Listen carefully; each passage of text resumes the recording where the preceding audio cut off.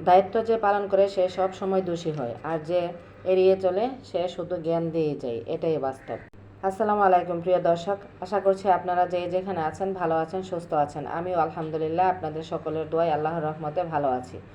যে যেখানে আছেন সবাইকে আমন্ত্রণ জানাচ্ছি আমার আজকের ভিডিওটি দেখার জন্য। অনেক সময় আমরা ভিডিওটি দেখতে দেখতে লাইক দিতে বা সাবস্ক্রাইব করতে ভুলে যাই। আমার প্রিয় দর্শকদেরকে আমি একটু অনুরোধ করব, প্লিজ আমার ভিডিওটি শুরুতে একটা লাইক দিয়ে সম্পূর্ণ ভিডিওটি কন্টিনিউ করবেন। ভিডিওর কোনো অংশ যদি একটু ভালো লেগে থাকে তাহলে প্লিজ সেই অংশটির জন্য হলেও আমার চ্যানেলটিকে সাবস্ক্রাইব করে পাশে থাকা বেল আইকনটি বাজিয়ে দিয়ে আমার পাশেই থেকে যাবেন। সকালের নাস্তা এবং দুপুরের খাবারের জন্য যা যা রান্না করব সেগুলিই আমি আপনাদের সাথে শেয়ার করছি।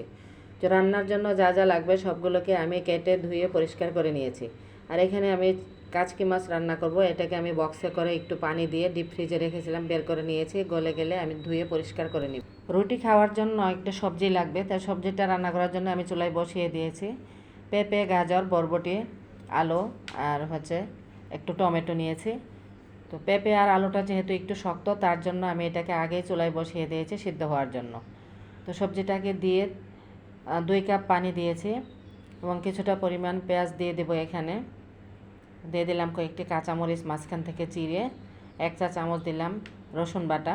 আর এখান থেকে আমি 1 চা চামচ পরিমাণ হবে ওই রকম একটু আদার টুকরা দিয়েছি। আর দিয়ে দিলাম ছোটো ছোটো 2-3টা তেজপাতা, 1টা এলাচ, 2টা লবঙ্গ, ছোটো ছোটো 3 টুকরা দারচিনি। দিয়ে দিলাম 1/2 চা চামচ হলুদ গুঁড়া আর স্বাদ মতো লবণ দিয়ে মিশিয়ে ঢেকে এটাকে সিদ্ধ হতে দিয়ে দেব। আর লাস্টে আমি এটাকে একটা ফোড়ন দিব। তো সবজিটার মধ্যে লাস্টে ফোড়নটা দিয়ে দিলে সুন্দর একটা ঘ্রাণ আসে। প্রথমে সিদ্ধ করে নিই। এই সবজিগুলো যেহেতু একটু শক্ত তার জন্য আগে দিয়েছিলাম। আর এখন আমি গাজর ও বরবটিটাকে দিয়ে দেব, কারণ এগুলো তো বেশি সময় লাগে না সিদ্ধ হতে, 2 থেকে 3 মিনিটের মধ্যেই হয়ে যায়। আর গাজর তো আমরা এমনিতেই কাঁচা খেতে পারি। এবার নাড়া দিয়ে মিশিয়ে ঢাকনা দিয়ে ঢেকে রেখে দিব 2-3 মিনিটের জন্য। 2-3 মিনিট পরেই সম্পূর্ণ সিদ্ধ হয়ে যাবে। তারপর আমি এগুলোকে একটা ফোড়ন দিয়ে দেব। এই সিদ্ধ হয়ে গিয়েছে। এবার কড়াইতে তেল এবং 1 মুঠ পেঁয়াজ দিয়ে একটা ফোড়ন তুলে নিব। আমি সিদ্ধ করার সময় সবগুলা দিয়েছি। আর এখানে আমি 1/2 চা চামচ 5 ফোড়ন দিয়েছি। 5 ফোড়নটা দিলে খুবই সুন্দর একটা ঘ্রাণ আসে। এই যে কি সুন্দর বাদামি কালার হয়ে এসেছে, তার চেয়ে বেশি ডার্ক করা যাবে না, তাহলে আবার পড়ে যাবে। এরকম কালার হলে ফোড়নটা দিয়ে দিলে সুন্দর একটা ঘ্রাণ পাওয়া যাবে। এই যে সবজিটার মধ্যে ঢেলে দিচ্ছি। ঢেলে দিয়ে আবারও চুলায় বসিয়ে সুন্দর করে মিশিয়ে নিয়ে ধনেপাতা কুচি দিয়ে ঢেকে রেখে দেব 2 মিনিটের জন্য। যেটা বলতেছিলাম, যারা দায়িত্ব পালন করে তারা সারা জীবন শুধু দায়িত্ব পালন করেই যায়, তারপরে তাদের জীবনে দোষের কোনো শেষ নেই, যেটা আমার সাথে চলতেছিল। যাই হোক, এভাবে সবজিটি রান্না করে রেখে দিলে সকালবেলা রুটি খাওয়ার জন্য আর কোনো চিন্তা করতে হয় না। একটা ডিম ভেজে নিলে বা পোস্ট করে নিলেই খাওয়া যায়। বর্তমানে যে পরিমাণে গরম পড়েছে, সাথে সবজিটা তো অবশ্যই রাখতে হবে খাবারের মধ্যে। দুপুরে কিংবা রাত্রে বা সকালে প্রতিবেলাই তো সবজি আমি রাখার চেষ্টা করি। যাই হোক, খালা রুটিগুলো বানিয়ে দিয়েছে। এবার রুটিগুলোকে সেঁকে নিচ্ছি। এক তো চুলায় গ্যাস থাকে না, সকাল 6টায় চলে যায়, আবার রাত 1টার দিকে গ্যাস আসে। দিনের বেলা যেটুকু আগুন থাকে সেই আগুনে আর রুটি বানানো যাবে না। সবগুলো রুটি সেঁকা হয়ে গেলে ঠান্ডা করে আমি একটা বক্সে করে রেখে দিব। প্রতিদিন সকালে নাস্তার টাইমে ফ্রিজ থেকে বের করে একটা তাওয়া বসিয়ে শুধু গরম করে নিলেই খাওয়া হয়ে যাবে, আর বানানোর টেনশন করতে হবে না। অনেককেই দেখি যে হাফ সেঁকে নিয়ে তারপরে ফ্রিজে রেখে দিয়ে পরের দিন বের করে আবারও সম্পূর্ণ সেঁকাটা সেঁকে নেই। এভাবে রেখে দিলে আমার কাছে মনে হয় যে এটা শক্ত হয়ে যায়। তার জন্য আমি প্রথমবারই ভালো মতো সেঁকে নিয়ে তারপরে ঠান্ডা করে ফ্রিজে রেখে দিই। এই যে সবগুলো রুটি সেঁকে নিয়েছি, এবার ঠান্ডা করতে রেখে দিব। 2-3 ঘন্টা পর আবার এটাকে বক্সে ভরে নিব। সকালের খাবার দাবারের ঝামেলা শেষ। এবার দুপুরে রান্না করতে চলে এলাম। সবগুলো আগেই কেটে আমি রেডি করে নিয়েছি, এখন শুধু রান্নাটা করে নিব। প্রথমে কাচকি মাছটাকে রান্না করব। আজ আমি এটাকে হাতে মেখে রান্না করব। মাঝে মধ্যে আবার চুলায় বাগার দিয়েও করি। তো কড়াইতে পরিমাণ মতো পেঁয়াজ, কাঁচামরিচ, হলুদ গুঁড়া, মরিচ গুঁড়া, ধনে গুঁড়া এবং লবণ দিয়েছি। আর দিব সরিষার তেল। তো কাচকি মাছটাকে সরিষার তেল দিয়ে রান্না করলে সুন্দর একটা ঘ্রাণ পাওয়া যায়। তো তো এগুলো সবগুলোকে দিয়ে আমি একসাথে ভালো মতো কষলে মেখে নিব। ভালো মতো মাখা হয়ে গেলে তারপর টমেটোটাকে দিয়ে আবারও একটু মেখে নিব। পেঁয়াজের সাথে দিয়ে যদি টমেটোটা সহ এভাবে কষলে নিতাম তাহলে টমেটোটা একদমই গলে যেত। তার জন্য আমি টমেটোটাকে পরে দিয়েছি যাতে না গলে যায়। তো এই পর্যায়ে মাছটাকে দিয়ে হালকা হাতে মিশিয়ে নিতে হবে, কারণ কাচকি মাছ তো এমনিতেই ছোটো ছোটো। এটাকে যদি আবার পেঁয়াজের সাথে দিয়ে কষলে নিই তাহলে একদমই গলে যাবে। তো হালকা হাতে মিশিয়ে নিয়ে তারপর হাতটা ধুয়ে শুধু অল্প একটু পানি দিয়ে দেব। এভাবে আপনারাও একদিন কাচকি মাছ এভাবে হাতে মেখে রান্না করে খেয়ে দেখবেন, সেই স্বাদ হয়। বেশি পানি দেওয়ার দরকার নেই, কারণ মাছ তো এমনিই ছোট, শুধু হাতটাকে ধুয়ে একটু পানি দিয়ে দিলেই হয়ে যাবে।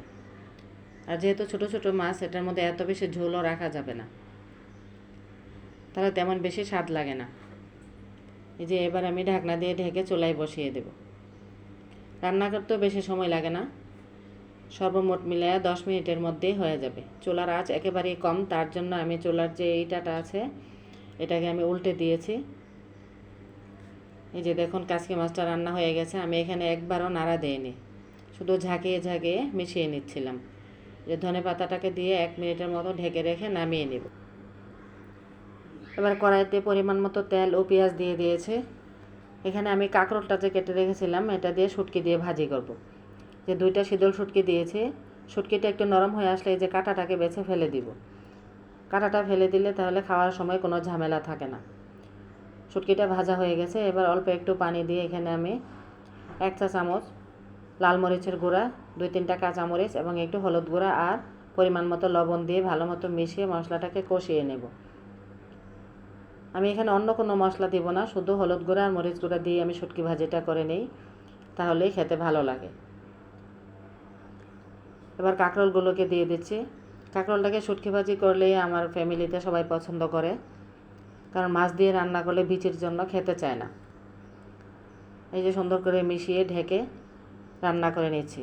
কাঁকরোলটাও হয়ে গিয়েছে। এ পর্যায়ে ধনেপাতা দিয়ে নামিয়ে নেব। আমাদের এলাকায় একটা বিখ্যাত তরকারি আছে, তেল ছাড়া মাছ আর শুটকি একসাথে দিয়ে রান্না করা হয় বিভিন্ন ধরনের শাকসবজি দিয়ে। তো আমি আজ যে ডাঁটা শাক রান্না করব মাছ আর শুটকি দিয়ে। মাছ আর শুটকিটাকে দিয়ে দিচ্ছি একটা পাতিলের মধ্যে পানি দিয়ে সিদ্ধ করার জন্য। মাছটা সিদ্ধ হয়ে গিয়েছে, নামিয়ে কাঁটাটাকে বেছে নিব। আর শুটকির রসটাকে রাখবো, এই যে কাঁটাগুলোকে ফেলে দিচ্ছি। তো রসটার মধ্যে আমি এখন 1 চামচ দিয়ে দিলাম হলুদ গুঁড়া আর পরিমাণ মতো কাঁচামরিচ ও শুকনা মরিচ আর লবণ দিয়ে এটাকে বলক আসতে দিয়ে দেব। আর একটু পানি দিয়েছি, আর কোনো প্রকার পানি ব্যবহার করব না। মাছের কাঁটাটাকে বেছে দিয়ে এই যে মাছটুকুকেও ঢেলে দিচ্ছি। এবার ঢেকে দিব। শুটকির এই তরকারিটা এভাবে রান্না করে নিলে তাহলে ওই দিন ভাতের পরিমাণ একটু বেশি রান্না করতে হয়। এই যে ডাঁটাগুলো যেহেতু একটু শক্ত, সেই জন্য আমি ডাঁটাগুলোকে আলাদা করে রেখেছি। এগুলো একটু সিদ্ধ হয়ে আসলে তারপর আমি পাতাগুলোকে দিয়ে দেব। যে চুলার আঁচটা একেবারেই কমে গেছে, তার জন্য আমি নিচে ইন্ডাকশন চুলায় নিয়ে এসেছি। ইন্ডাকশন চুলায়ও পাতিলটা বসে না ঠিক মতো, যাই হোক তাও হয়ে যাচ্ছে। এই যে ডাঁটাগুলো সিদ্ধ হয়ে গিয়েছে, কালারটা দেখুন কেমন হয়েছে। এ পর্যায়ে আমি শাকগুলোকে দিয়ে দেব। শাকগুলো ডাঁটার সাথে দিয়ে দিলে সিদ্ধ হয়ে কালো হয়ে যেত, দেখতে সুন্দর লাগতো না এবং খেতেও তেমন ভালো লাগতো না। তার জন্য আমি পাতাগুলোকে পরে দিচ্ছি। আপনারাও এভাবে ডাঁটা আর পাতা একসাথে রান্না করলে পাতাগুলোকে পরেই দেওয়ার চেষ্টা করবেন। এখানে 1 চামচ রসুন বাটা দিয়েছি, তাহলে সুন্দর একটা ঘ্রাণ আসবে। শুটকির তরকারিতে রসুন বাটা অবশ্যই দিতে হবে, তাহলে ভালো টেস্ট পাওয়া যায়। এই যে আপনাদের সাথে কথা বলতে বলতে আমার এই তরকারিটাও হয়ে গিয়েছে। কারেন্টের চুলায় ভালোই হচ্ছে, গ্যাসের যে অত্যাচার চলছে অযথাই মনে হচ্ছে যে আমরা গ্যাসের বিলটা দিয়ে যাচ্ছি। সম্পূর্ণ বা ফুললি গ্যাস দিনের বেলা চোখেও পড়ে না। এই শুটকির এই তরকারিটা যারা যারা পছন্দ করেন তারাই শুধু বুঝতে পারবেন এটার স্বাদ কেমন হয়। এই যে ধনেপাতা দিয়ে নামিয়ে নেব। ধনেপাতা দিয়ে আমি চুলায় কোনো তরকারি বেশিক্ষণ রাখি না, 1 মিনিটের মধ্যেই নামিয়ে নেওয়ার চেষ্টা করি, তাহলে সুন্দর ঘ্রাণটা থাকে। ধনেপাতা দেওয়ার পর বেশি সময় ধরে জাল করে নিলে তাহলে আমার কাছে মনে হয় যে ঘ্রাণটা চলে যায়। যাই হোক, আমার সবগুলো রান্না হয়ে গিয়েছে। এই যে এখানে শুটকি ভাজিটা ছিল, আর এখানে ওই যে ডাঁটার শুটকির তরকারিটা। এই যে এখানে আছে কাচকি মাছ, এটাকে বাটিতে ঢেলে নিচ্ছি। আর এখানে রয়েছে রুটি খাওয়ার জন্য সে সবজিটা রান্না করেছিলাম। রান্নার কাজ শেষ, এবার একটু হাঁড়ি পাতিল আছে সেগুলোকে ধুয়ে গোসলে চলে যাব। আমার আজকের রান্নার রেসিপিগুলো এবং ভিডিওটি কেমন হয়েছে প্লিজ আপনারা কমেন্টে জানাবেন। যদি কোথাও কোনো ভুল ত্রুটি হয়ে থাকে ক্ষমার দৃষ্টিতে দেখবেন। তরকারি রান্নার কাজগুলো শেষ। তো ভাতের জন্য পানিটা বসিয়ে দিয়েছিলাম, বলক আসার পরে পানিটা চালের মধ্যে দিয়ে দিলাম, সেটাও বলক চলে এসেছে। ভাতটাকে মারগেলে নিব। এই ফাঁকে কয়েকটা হাঁড়ি পাতিল আছে বা প্লেট বাসন সেগুলোকে ধুয়ে নিই। ধোয়ার কাজগুলো রান্নার সাথে সাথে করে নিলে পরে আর জমে থাকে না। যাই হোক, ভাতটা মার গালার আগে আমি এগুলোকে ধুয়ে নিচ্ছি, তারপরে ভাতটা মার গালতে চলে যাব। ভাতটাও হয়ে গিয়েছে, আমার ধোয়াও শেষ। দোয়া করি সবাই ভালো থাকেন, সুস্থ থাকেন, আমার জন্য দোয়া করবেন। ভিডিওটি আজ এ পর্যন্তই, কথা হবে পরবর্তী ভিডিওতে। আল্লাহ হাফেজ।